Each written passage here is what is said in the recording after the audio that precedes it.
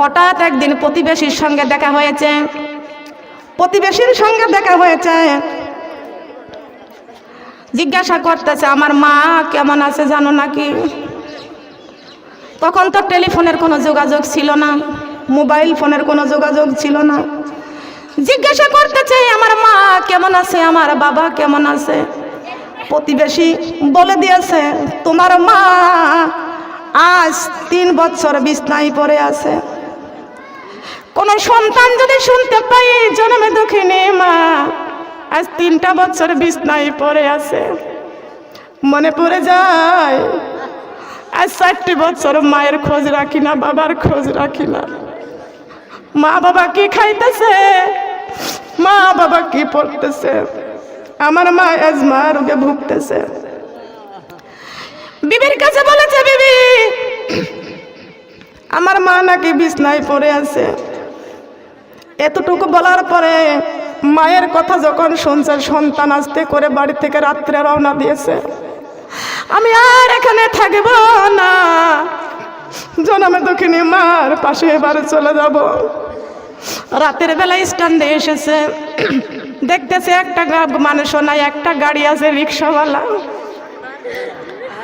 রিক্সাওয়ালা। শীতের দিন পুরি মাফলার দিয়ে মুখটা বেঁধে রাখছে, মুখটা তো দেখা যায় না। বলে, রিক্সাওয়ালা অমুক গ্রামে অমুকের বাড়িতে যাব, আমাকে একটু নিয়ে যাবেন। 12 বছর পরে যদি কোনো বাবা সন্তানের কণ্ঠ পায়, বাবা কোনোদিন সন্তানের কণ্ঠ ভুলে না। বাবা শুনতে পাইছে, ইনি তো আমার সেই কলিজার টুকরার সন্তান। বাবা জিজ্ঞাসা করে, বাবা অমুকের বাড়ি তোমার কি হয়, তুমি কেন যাইতেছো? বলে, আমার যাই হোক না কেন, তুমি আমাকে ওই বাড়িতে নিয়ে যাও। রিক্সার মধ্যে উঠাইছে জনম দুঃখিনী বাবা। এই বাবার আর পা ওঠে না, শরীরের শক্তি পায় না, আস্তে আস্তে শক্তি বন্ধ হয়ে যায়, নিঃসঙ্গ হয়ে যায়। পিঠের মধ্যে ধাক্কা দেয় আর বলে, মুরব্বী হয়েছো, গাড়ি চালাইতে পারো না, কেন গাড়ি নিয়ে রাস্তায় আইছো? এই মুরব্বী আল্লাহর কাছে বলে, আল্লাহ কেন আমার শরীরের শক্তি পাচ্ছি না, বড় কষ্ট লাগে আল্লাহ। এবার ওই মুরব্বী কান্দে, রিক্সা চালাই না, রিক্সার থেকে নেমে পড়েছে। নামার পরে এবার সন্তান বুঝতে পারেছে, কণ্ঠটা বুঝতে পারেছে, ইনি তো আমার বাবা। বাবা কোনোদিন সন্তানকে ভুলতে পারে না, বাবা কখনো সন্তানকে ভুলতে পারে না, সন্তান বাবাকে ভুলতে পারে না। বলে না, রিক্সার থেকে নামার পরে বলছে, আপনার মুখটা খোলেন তো, আমি একটু দেখতে চাই। মুখটা খুলেছে, এইবার মুখের দিকে তাকায় দেখতেছে, ইনি তো আমার সেই বাবা। বুকে সঙ্গে করিয়া ধরিয়া ডাক দিয়া কয়, বাবা গো, তুমি এই সারা রাত তুমি নাইট করছে, তুমি গাড়ি চালাও বাবা। ও বাবা, শুনতে পাইছি নাকি আমার জনম দুঃখিনী মা বিছনায় পড়ে আছে বাবা। বলে, তোমার মা এজমা অবস্থায় বিছনায় পড়ে আছে, তোমার মার জন্য, ওষুধের জন্য, আমরা খাবারের জন্য রিক্সাটা চালাই। কি করবো, তুমি তো 4টি বছর আমাদের খোঁজ নাও না। চলে গেছে বাবার সঙ্গে মায়ের কাছে, মার জন্য কিছু ফল কিনেছে, মাকে খাওয়াবে। মার পাশে যায় দেখতেছে জনমে দুঃখিনী মা বিদায় নিয়ে চলে গেছে। কোন পথ ধরে? কোন পথ? নামাজ হলো বেহেশতের চাবি, আর সমস্ত সন্তানের জান্নাত হচ্ছে মায়ের পায়ের নিচেই। সুবহানাল্লাহ। কার পায়ের নিচেই? জান্নাতটা হলো মায়ের পায়ের নিচেই। সুবহানাল্লাহ। আমরা মায়ের জাতি, আল্লাহ আমাদের কত সম্মান দান করেছেন, বলেন সুবহানাল্লাহ। করে নাই? মায়ের জাতিকে সম্মান দিছে না? ঘরে শুধু নামাজ পড়লেই শান্তি আসবে না, আসবে না কি বলেন? আল্লাহ পাক রব্বুল আলামিন বলেছেন, তোমরা 5 ওয়াক্ত নামাজ পড়বে, আর আমি ইবাদতের পরে তোমাদের পিতামাতার খেদমত করবে। কাদের খেদমত? কাদের খেদমত? একজন মায়ের কথা বলি। বনি ইসরাইল বংশে একজন মহিলা ছিল। মহিলাটার কোনোদিন সন্তানাদি অনেক দিন হতো না। খেয়াল করেন, অনেক দিন সন্তানাদি হতো না। মহিলা আল্লাহর কাছে কান্দে, আল্লাহ তুমি একটা সন্তান যদি আমাকে দাও আমি অফিসার বানাবো। এই দুনিয়াতে এমন মা আছে, আল্লাহ তুমি যদি একটি সন্তান আমাকে নেক সন্তান যদি দাও আমি 30 পারার কোরআনের হাফেজ বানাবো। এইটা ভালো না ওইটা ভালো? কোনটা ভালো? কোরআনের হাফেজ বানানো ভালো না অফিসার বানানো ভালো? আমার মা বোনরা শুনে কান লাগান খেয়াল করে শুনুন। ওই মা দেখতে পাচ্ছে আমার প্রতিবেশীর সন্তানেরা অফিসার হয়েছে, অনেক টাকা কামাই করে। ওই মা আল্লাহর কাছে কান্দে বলে, আল্লাহ আমার যদি একটি পুত্র সন্তান হতো আমি লেখাপড়া শিখাইয়া অফিসার বানাইতাম। কিন্তু সন্তান এমন একটা টাইমে হয়েছে, যৌবনকাল চলে গেছে, বৃদ্ধকালে একটা আল্লাহ সন্তান দিয়েছেন, সুবহানাল্লাহ। এই সন্তানটা মানুষ করবে কখন? স্বামী দুর্বল হয়ে গেছে, কর্ম ঠিক মতো করতে পারে নাই, মা কেমনে সন্তানটাকে মানুষ করবে? হাঁস পোষে, মুরগি পোষে, বাড়িতে শাকসবজি তৈরি করে, এইগুলো বিক্রি করে আর সন্তানকে লেখাপড়া শিখায়। এই সন্তানকে লেখাপড়া শিখায় জনাবে দক্ষিণী মা যা একটা ডিম হয় সন্তানকে খাওয়ায়, বাকিগুলো বিক্রি করে পড়ালেখার খরচ দেয়। একটা গাভী পোষে, গাভীর দুধ 3 পোয়া বিক্রি করে দেয়, 1 পোয়া সন্তানকে খাওয়ায়। নিজেরা দুর্বল হয়ে গেছে, তারপরও নিজেরা একটু দুধ পাতে নেয় না, মুখে দেয় না। কথা বলেন ঠিক কিনা? সন্তানের খাওয়ায়, মা নিজে খায় না, বলেন সুবহানাল্লাহ। বিবির কান্দনে 2 দিন, বিবির কান্দনে 2 দিন, বোনের কান্দনে কয়েক দিন, মায়ের কান্দনে জনম জনম ভুলবে না মা কোনো দিন। এমন দক্ষিণী মাকে কেউ ভুলিয়া যাইও না, মায়ের মতো আপন হায়রে এই জগতে পাইবা না। এমন দক্ষিণী মাকে কেউ ভুলিয়া যাইও না, মায়ের মতো আপন হায়রে, বলেন না কেন? মায়ের মতো আপন হায়রে এই জগতে পাইবা না। সুখে দুঃখে মা জননী, সুখে দুঃখে মা জননী বুকে রাখবেন চিরদিন, ভুলবে না মা কোনদিন। বিবির কান্দন 2 দিন, বউয়ের কান্দন, বিবির কান্দন 2 দিন, বোনের কান্দন কয়েক দিন, মায়ের কান্দন জনম জনম ভুলবে না মা কোনদিন। আল্লাহু আকবার। পৃথিবীর সবাই যদি দোয়া করে, সবার দোয়া আল্লাহ ক্যান্সেল করে দেয়, মায়ের দোয়া আল্লাহ কবুল করে নাই, বলেন সুবহানাল্লাহ। এই দরদি মা সন্তানটাকে মানুষ করতেছে, ভালো করে কান লাগান খেয়াল করে শুনুন। জনমে দুঃখিনী মা আল্লাহর কাছে যা চাইছে তাই পেয়েছে।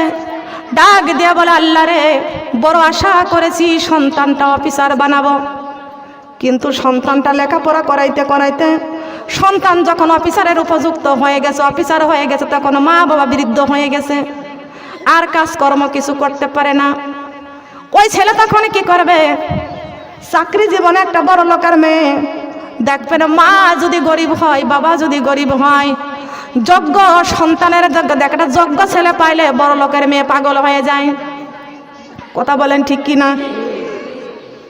এটা বড় লোকের মেয়েকে বিয়ে করেছে, ওই বড় লোকের মেয়েটা বলতেছে, স্বামী শোনো, তোমার মা গরিব, তোমার বাবা গরিব, তোমার বাড়িতে ভাঙ্গা ঘর, যদি আমাকে তুমি পাইতে চাও ওই মা বাবাকে ছাড়তে হবে, পরিত্যাগ করতে হবে, মা বাবাকে পরিত্যাগ করতে হবে, মা বাবার কাছে তুমি যাইতে পারবে না।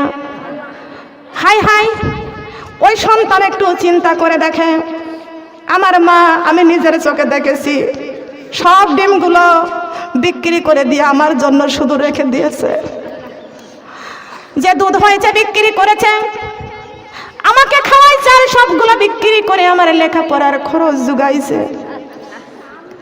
আমার মা আমি দেখেছি ঈদের দিন কোনো দিন একটা ভালো শাড়ি পরে নাই, পুরাতন শাড়ি পরেছে। আমার মাকে দেখেছি আমাকে গরম ভাত খাওয়াইছে, আর রাতের বান্তা ভাত আমার মা আর বাবা দুইজন ভাগ করে খেয়েছে। এমন মেয়েকে বিবাহ করলাম, আজকে বলতেছে মা বাবাকে ভুলে যাইতে। অবশেষে কি করবে, বিবির কথা মতো সেই বাড়িতে রওনা দিয়েছে, থেকে যায়। এইবার মা বাবা রাস্তার দিকে তাকিয়ে থাকে, আজকে আমার সন্তান বাড়িতে আসবে, কিন্তু আজও আসে না, কালও আসে না।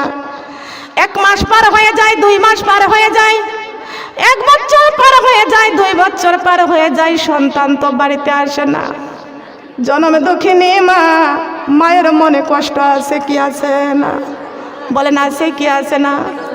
জনমে দুঃখিনী মা নামাজ পড়ে আল্লাহর কাছে কান্দে আর বলে, আল্লাহ কত কষ্ট করে আল্লাহ তোমার কাছে একটি সন্তান চেয়েছিলাম, আর সেই সন্তানটি 1 বছর হয়ে গেল বাড়িতে আসে না, এবার কি করব? মা সুস্থ হয়ে গেছে, এজমা রোগী, বাবা কর্ম করতে পারে না, মা আর একটা বকরির বাচ্চা আছে। স্বামীকে বলতেছে, স্বামী অন্য কোনো কর্ম তো করতে পারে না, কর্ম ছাড়া তো আমাদের পেটে খাওয়াও জুটে না, ওষুধ পানিও তো জোটে না, কি করব? ছাগলটা বিক্রি করে একটা পুরাতন একটা রিক্সা দিয়ে দিলেন স্বামীর কাছে। এখন মুরব্বী বলতেছেন, বিবি রিক্সা যদি চালাইতে যাই, মানুষ আমার মুখের উপর কত কথাই বলবে। যদি আমি রিক্সা নিয়ে বাইরে যাই, আমার সন্তান অফিসার, আমার সন্তানের মুখ থাকবে না। বাবা যদি রিক্সা চালায়, বাবা কষ্ট করে, মা কষ্ট করে, তারপরও মা বাবা সন্তানের মুখ বড় চাই কি চাই না? বলেন চাই কি চাই না? ও বৌমারা তোমরা যারা আছো, একদিন তোমাদের শাশুড়িকে যদি আজকে সম্মান করো, কালকে তুমি তোমার বৌমার কাছে সম্মান পাইবা। আল্লাহ পাক রব্বুল আলামিন মায়ের পায়ের নিচেই সন্তানের বেহেশতে রেখে দিয়েছে। একটু ভালো করে কান লাগান, লক্ষ্য করে শুনুন, মায়ের কথা বলে যাই গো মা। আপনার শাশুড়ি আপনার ঘরে আপনি একটু রান্না করে দেবেন, পাক শাক করে দেবেন, আপনার শাশুড়ি ওই খাবারটা খেয়ে নামাজ পড়ে আল্লাহর কাছে হাত বাড়ায় কাঁদবে আর বলবে, আল্লাহ এমন একটা পুত্রবধূ আমি বাড়িতে আনছি, সারা জীবন কষ্ট করেছি, আমার ভালো একটা পুত্রবধূ পাইয়া আমার জীবনটা ধন্য হয়ে গেছে। আপনার স্বামীকে কষ্ট করে মানুষ করেছে, আপনি যদি আপনার শাশুড়িকে একটু শান্তি দেন, সব কষ্ট দুঃখ আপনার শাশুড়ি ভুলে যাবে, আপনার জন্য দোয়া করবে। আল্লাহ পাক আপনাকে ইহকালও শান্তি দিবেন, কবরেও শান্তি দিবেন। বলেন সুবহানাল্লাহ। মা বোনরা একটু কান লাগান, খেয়াল করে শুনুন। মা বাবা একদিকে দোয়া করবে, 100% মা বাবার দোয়া কবুল হয়ে যাবে। শ্বশুর শাশুড়ি দোয়া করলে 100% আল্লাহর দরবারে কবুল হয়ে যাবে দোয়া। আমার মা বোনরা, কোনো মেয়ে যদি বাবার ঘরে থেকে শ্বশুর শাশুড়ির ঘরে যখন স্বামীর বাড়ি আসবে, স্বামীর মা বাবাকে মা বাবার মতন ভালোবাসতে হবে। বলেন সুবহানাল্লাহ। আর শাশুড়ি যারা আছেন, বৌমাকে যারা ঘরে আনবেন, তারা মেয়ের মতো করে ভালোবাসবেন। সুবহানাল্লাহ। এইটা হলো ইসলাম। এই ইসলামটা যদি আমরা কষ্ট করে হলো ধরে রাখতে পারি, শয়তান ধোঁকা দিবে না, আমরা আল্লাহর জান্নাত কামাই করতে পারবো। একটা শাশুড়িকে যদি বৌমা যদি তাকে যত্ন করে খাওয়ানোর পরে বৌমা যদি মারা যায়, ওই শাশুড়ি যতদিন দুনিয়ায় বেঁচে থাকবে ওই বৌমার জন্য দোয়া করবে। বৌমা, আমি হাদিস পড়ে পেয়েছি, ওই বৌমা কবরে শুয়ে শুয়ে নেক আমল পাবে। বলেন পাবে কি পাবে না? দুনিয়ার থেকে ভালো কাজ করে যান। যে ব্যক্তি ভালো কাজ দুনিয়ার থেকে করে কবরে যায়, এই ভালো ফলাফল, ভালো সুকথাগুলো মানুষ প্রচার করবে, আর ওই মেয়েটা কবরে শুয়ে শুয়ে নেকি পাবে। কিয়ামতের কঠিন দিনে আল্লাহ পাক রব্বুল আলামিন তাকে অনেক আমল দিবে। অনেক আমল সে পাওয়ার পরে বলবে, আল্লাহ আমি তো এত আমল আমি করি নাই, এত আমল আমি কোথায় পাইলাম? আল্লাহ পাক রব্বুল আলামিন ডাক দিয়ে বলেছেন, তুমি তোমার শাশুড়িকে খেদমত করেছো, তোমার শ্বশুরকে খেদমত করেছো, মা বাবাকে খেদমত করেছো, ওই তোমার প্রতিবেশী একটা মুরব্বী ছিল, গরিব মিসকিন এতিম ছিল, তাদেরকে ভালোবেসেছ, তাদের খেতে দিয়েছ, অসহায়দের তুমি পাশে থাকছ, খাদ্যহীনকে খাদ্য দিয়েছ, বস্ত্রহীনকে বস্ত্র দিয়েছ, রোগীর সেবা করেছ। তুমি আজকে কবরে এসেছ, আর তুমি কবরে শুয়ে শুয়ে ভালো আমলটুকু তুমি পেয়েছ। আমরা ভালো কাজটুকু করতে চাই, কথা বলেন ঠিক কিনা? ভালো কাজ করার দরকার আছে কিনা? শোনার বাবনটা কান লাগান, খেয়াল করে শুনুন। আপনি আপনার বৌমার সঙ্গে ভালো ব্যবহার করবেন, বৌমাকে ভালোবাসবেন। আপনি মারা যাওয়ার পরে আপনার পুত্রবধূ চোখের পানি ছেড়ে আল্লাহর কাছে হাত বাড়াইয়া কাঁদবে, আল্লাহ আল্লাহ আমার শাশুড়ি আমাকে কত ভালোবাসতো, ওই যে পাশের বাড়ির আমার ওই আপার শাশুড়ি কত ভালোবাসে, যদি আমার শাশুড়ি বেঁচে থাকতো আমার শাশুড়ি তার থেকেও আরো বেশি ভালোবাসতো আমাকে। আল্লাহ আমার শাশুড়ি কবরে বাসী হয়ে গেছে, আল্লাহ মেহেরবানি করে আমার শাশুড়ির কবর জান্নাতের টুকরা করে দাও। 100% দোয়া কবুল হয়ে যাবে। কথা বলেন সুবহানাল্লাহ। দোয়া ছাড়া ভাগ্যের চাকা ঘোরে না, দোয়া ছাড়া ভাগ্যের চাকা ঘোরে না। খেয়াল করুন গোমা, ওই সন্তান অফিসার 1 বছর হয়ে গেল। বাবা এবার বলতেছেন, বিবি রে দিনের বেলায় তো রিক্সা চালাইতে পারি না, রাতের বেলায় যাব। কোন সময়? রাতের বেলায় যাব। রাতের বেলায় গাড়ি পাওয়া যায় কি যায় না বলেন? আমি রাত 12টার সময় এসে নামলাম। জায়গাটার নাম কি? শাসনগাছা। আমি বাস থেকে নামলাম, শাসনগাছা এসে নামলাম। নামার পরে দেখি অনেকগুলো গাড়ি ওখানে আছে। নাইট করেছে, গাড়ি থেকে পাওয়া যায় না, সারা রাতে গাড়ি পাওয়া যায়। মা বোনেরা, এই যে রাত্রে যারা ভাড়া মারে, এখন ওই ব্যক্তি মুরব্বী রাতের বেলায় গাড়ি চালায়, যা ইনকাম করে রাতের বেলায়। সুবহানাল্লাহ। এখন 1 বছর 2 বছর 3 বছর হয়ে গেল, 4 বছরের সময়, এই 4 বছরের মধ্যে ওই সন্তান আর মাকে কোনো খোঁজ খবর আর নেয় না। হঠাৎ একদিন প্রতিবেশীর সঙ্গে দেখা হয়েছে, প্রতিবেশীর সঙ্গে দেখা হয়েছে, জিজ্ঞাসা করতেছে আমার মা কেমন আছে জানো নাকি? তখন তো টেলিফোনের কোনো যোগাযোগ ছিল না, মোবাইল ফোনের কোনো যোগাযোগ ছিল না। জিজ্ঞাসা করতেছে আমার মা কেমন আছে, আমার বাবা কেমন আছে? প্রতিবেশী বলে দিয়েছে তোমার মা আজ 3 বছর বিছনায় পড়ে আছে। কোন সন্তান যদি শুনতে পাই জন্মে দুঃখিনী মা আজ 3টা বছর বিছনায় পড়ে আছে, মনে পড়ে যায় আজ 4টি বছর মায়ের খোঁজ রাখি না, বাবার খোঁজ রাখি না। মা বাবা কি খাইতেছে, মা বাবা কি পড়তেছে, আমার মা আজমা রোগে ভুগতেছে। বিবির কাছে বলেছে বিবি আমার মা নাকি বিছনায় পড়ে আছে। এতটুকু বলার পরে মায়ের কথা যখন শুনছে, সন্তান আস্তে করে বাড়ি থেকে রাত্রে রওনা দিয়েছে। আমি আর এখানে থাকব না, জনমে দুঃখিনী মার পাশে এবারে চলে যাব। রাতের বেলা স্ট্যান্ডে এসেছে, দেখতেছে একটা মানুষও নাই, একটা গাড়ি আছে, রিক্সাওয়ালা। রিক্সাওয়ালা শীতের দিন উনি মাফলার দিয়ে মুখটা বেঁধে রাখছে, মুখটা তো দেখা যায় না। বলে রিক্সাওয়ালা অমুক গ্রামে অমুকের বাড়িতে যাব, আমাকে একটু নিয়ে যাবেন। 12 বছর পরে যদি কোনো বাবা সন্তানের কণ্ঠ পায়, বাবা কোনোদিন সন্তানের কণ্ঠ ভোলে না। বাবা শুনতে পাইছে ইনি তো আমার সেই কলিজার টুকরার সন্তান। বাবা জিজ্ঞাসা করে বাবা অমুকের বাড়ি তোমার কি হয়, তুমি কেন যাইতেছ? বলে আমার যাই হোক না কেন তুমি আমাকে ওই বাড়িতে নিয়ে যাও। রিক্সার মধ্যে উঠাইছে জনম দুঃখিনী বাবা। এই বাবার আর পা ওঠে না, শরীরের শক্তি পায় না, আস্তে আস্তে শক্তি বন্ধ হয়ে যায়, নিঃসঙ্গ হয়ে যায়। পিঠের মধ্যে ধাক্কা দেয় আর বলে মুরব্বী হয়েছ, গাড়ি চালাইতে পারো না, কেন গাড়ি নিয়ে রাস্তায় আইছো?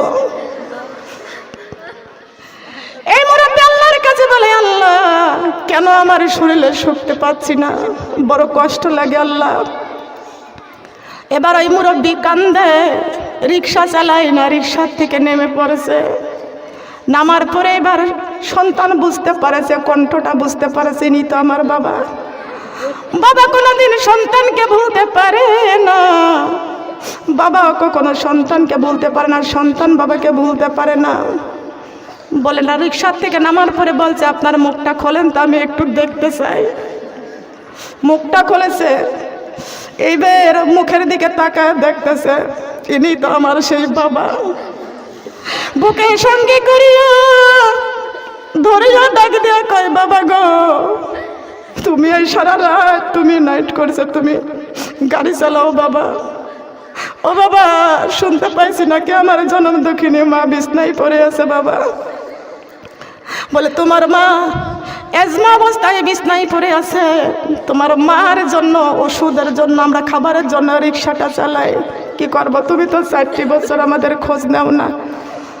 চলে গেছে বাবার সঙ্গে মায়ের কাছে, মার জন্য কিছু ফল কিনেছে, মাকে খাওয়াবে। মার পাশে যায় দেখতেছে জনমে দুঃখিনী মা বিদায় নিয়ে চলে গেছে।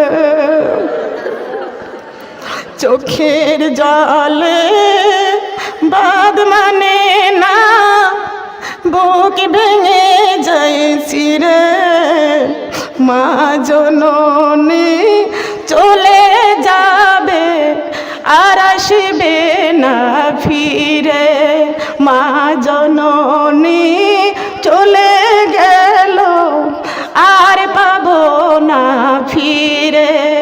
চোখের জলে বাদ মানে না, বুক ভেঙে যাইছি রে, মা জননী আসবে না আর আমার ঘরে ফিরে, মা জননী আসবে না আর। জনম জনম থাকতে পারি সবকে চোখে ভুলে, মায়ের প্রিয় ব্যথায় আমি মরছি তিলে তিলে। ওই সোনাম চলে গেল, ওই সোনাম আর পাবো না ফিরে, মা জননী আসবে না আমার ঘরে ফিরে, মা জননী আর আসবে না আমাদের বুকে ফিরে। সাদা কাফন পরে যেদিন বিদায় নিলাম, কি যাতনা কি যে দুঃখ প্রতিবেশী জানে না, জীবনে যেন পূর্ণ আমার সোগের কারাগারে, মা জননী চলে গেল আর পাইলাম না ফিরে, মা জননী চলে গেল আর পাবো না ফিরে। কথা বলেন ঠিক কিনা? মা চলে গেলে মা পাওয়া যাবে না, বাবা চলে গেলে বাবা পাওয়া যাবে না। এই বাড়ির যে ছেলে মেয়েরা বাবা হারাইছে, কানতে কানতে জীবন চলে যাবে, কিন্তু বাবাকে কোনোদিন পাওয়া যাবে না। কথা বলেন, পাওয়া যাবে? স্বামী চলে গেছে কবরে, ওই স্বামীকে আবার পাওয়া যাবে নাকি? বলেন পাওয়া যাবে? যেই মানুষটা দুনিয়ার থেকে বিদায় নিয়ে চলে যায়, ওই মানুষটা কিন্তু আর পাওয়া যায় না। কথা বলেন ঠিক না বেঠি?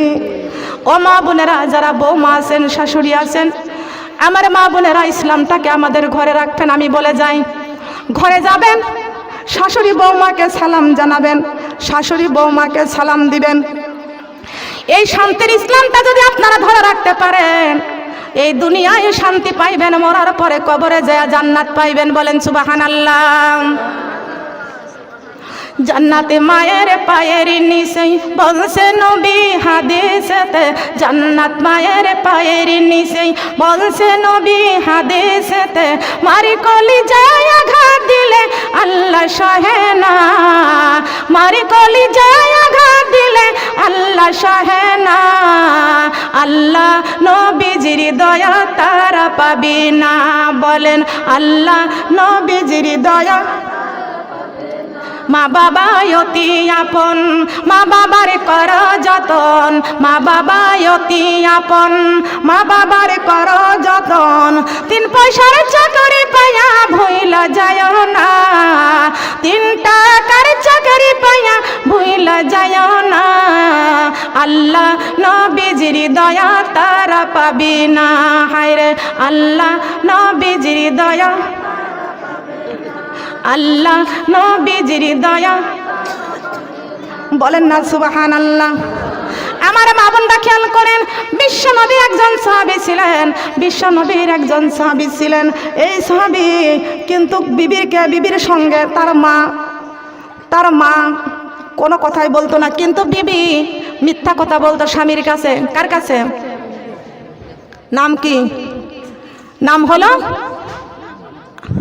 জানা আছে? আকলামা। নাম কি? নাম কি? আকলামা। সুবহানাল্লাহ বলেন। আকলামার একটা বিবি ছিল। মা বোনেরা, আমাদের স্বামীদেরকে আমরা নিজেরাই খারাপ করে ফেলি, কথা বলেন ঠিক কিনা? ভালো স্বামীদেরকে নিজেই খারাপ করে ফেলি। খারাপ করবে না মা বোনরা, অনুরোধ করে বলে যায়, আপনার স্বামীকেও আপনি জান্নাতের দিকে অগ্রসর করবেন, দিনের পথে ডাক দিবেন, নামাজ পড়ে না নামাজ পড়াইবেন। আপনার স্বামী যদি মায়ের সাথে খারাপ ব্যবহার করেও থাকে, আপনি বলবেন খবরদার মায়ের সাথে খারাপ ব্যবহার করো না, আমার সাথে রাগ করো কিন্তু মার সাথে করো না। সুবহানাল্লাহ। মা কষ্ট পায়, সন্তান যদি মায়ের উপরে চোখ রাঙ্গায় কথা বলে কষ্ট পায়, কথা বলেন ঠিক কিনা? স্বামীকে বুঝাইবেন। আপনি যদি আপনার স্বামীকে বুঝাইতে পারেন, আল্লাহ আপনার উপরে খুশি থাকবেন। সুবহানাল্লাহ। আসুন আমার মা বোনেরা, আকলামা একদিন বাড়ি থেকে কোথাও গিয়েছে, কিন্তু আকলামা বাড়িতে আসছে। আসার পরে এখন আকলামার বিবি বলতেছে, আমি তোমার বাড়ি থাকবো না। আমি বিশ্বনবীর হাদিস বলতেছি, বানোয়াটি কথা বলতেছি না, আমি বলি নাই। হাদিস খুলে পড়ো, সবই আছে। আছে কি আছে না? আল্লাহর কোরআন আর বিশ্বনবীর হাদিস দরকার আছে কি আছে না? আল্লাহর কোরআন আর বিশ্বনবীর হাদিস এটা আমাদের অবশ্যই মানতে হবে। আল্লাহর নবীর সাহাবী আকলামা, নাম কি? এটা কি আমার বানোয়াটি কথা না কোনো জায়গা থেকে শুনে আসছি? আমি জীবনই পরে বলতেছি। আকলামা বাড়িতে এসেছে। বাড়িতে আসার সঙ্গে সঙ্গে আকলামার বিবি বলতেছে, স্বামী তোমার বাড়িতে তুমি থাকো, তোমার বাড়ি আমি থাকবো না। আকলামা ডাক দিয়ে বলতেছেন, বিবি রে, ও বিবি কি হয়েছে, তুমি কেন আমার বাড়িতে থাকবে না? বলে তোমার মা সব সময় আমার সঙ্গে ক্যাট করে ঝগড়া করে। এমন আছে কি আছে না? আছে না? শাশুড়ির কথা গায়ে সহ্য নাই না। ও মা, শাশুড়ি যদি একটা কথা বলেই ফেলে রাগে পড়ে, কথা বলবেন না, সহ্য করে নেবেন। মনে করবেন আমার মা হলো তো আমাকে রাগ করতো। আল্লাহ পাক রব্বুল আলামিন বলেছেন, তোমাদের মধ্যে যখন রাগ হয়ে যায়, আমি আল্লাহ কোরআন শরীফের মধ্যে ঘোষণা করে দিয়েছি, ইন্নাল্লাহা মাআস সাবিরিন। বেশি বেশি করে পড়বা, আমি আল্লাহ ধৈর্য দান করব। কি দান করব? কিন্তু ওই শয়তান চাই যে ওরা জান্নাত কামাই করুক, তা চাই না। বলেন চাই কি? শয়তান ধোঁকা দেয়। আর ওই সময় আমাদের যখন রাগ হয়ে যাবে, আমরা সঙ্গে সঙ্গে পড়ে নিব, আউযু বিল্লাহি মিনাশ শাইতানির রাজিম, লা হাওলা ওয়ালা কুওয়াতা ইল্লা বিল্লাহিল আলিয়্যুল আযীম। আল্লাহু আকবার। শয়তান দূর হয়ে যাবে, পালাইয়া যাবে। সুবহানাল্লাহ বলেন। বেশি বেশি করে পড়বেন। ফজরের নামাজ যখন পড়বেন তখন পড়বেন, আস্তাগফিরুল্লাহ রব্বি মিন কুল্লি জামবি ওয়া আতুবু ইলাইহি। 100 বার পাঠ করবেন। সুবহানাল্লাহি ওয়ালহামদুলিল্লাহি ওয়া লা ইলাহা ইল্লাল্লাহু আল্লাহু আকবার। 100 বার পাঠ করবেন।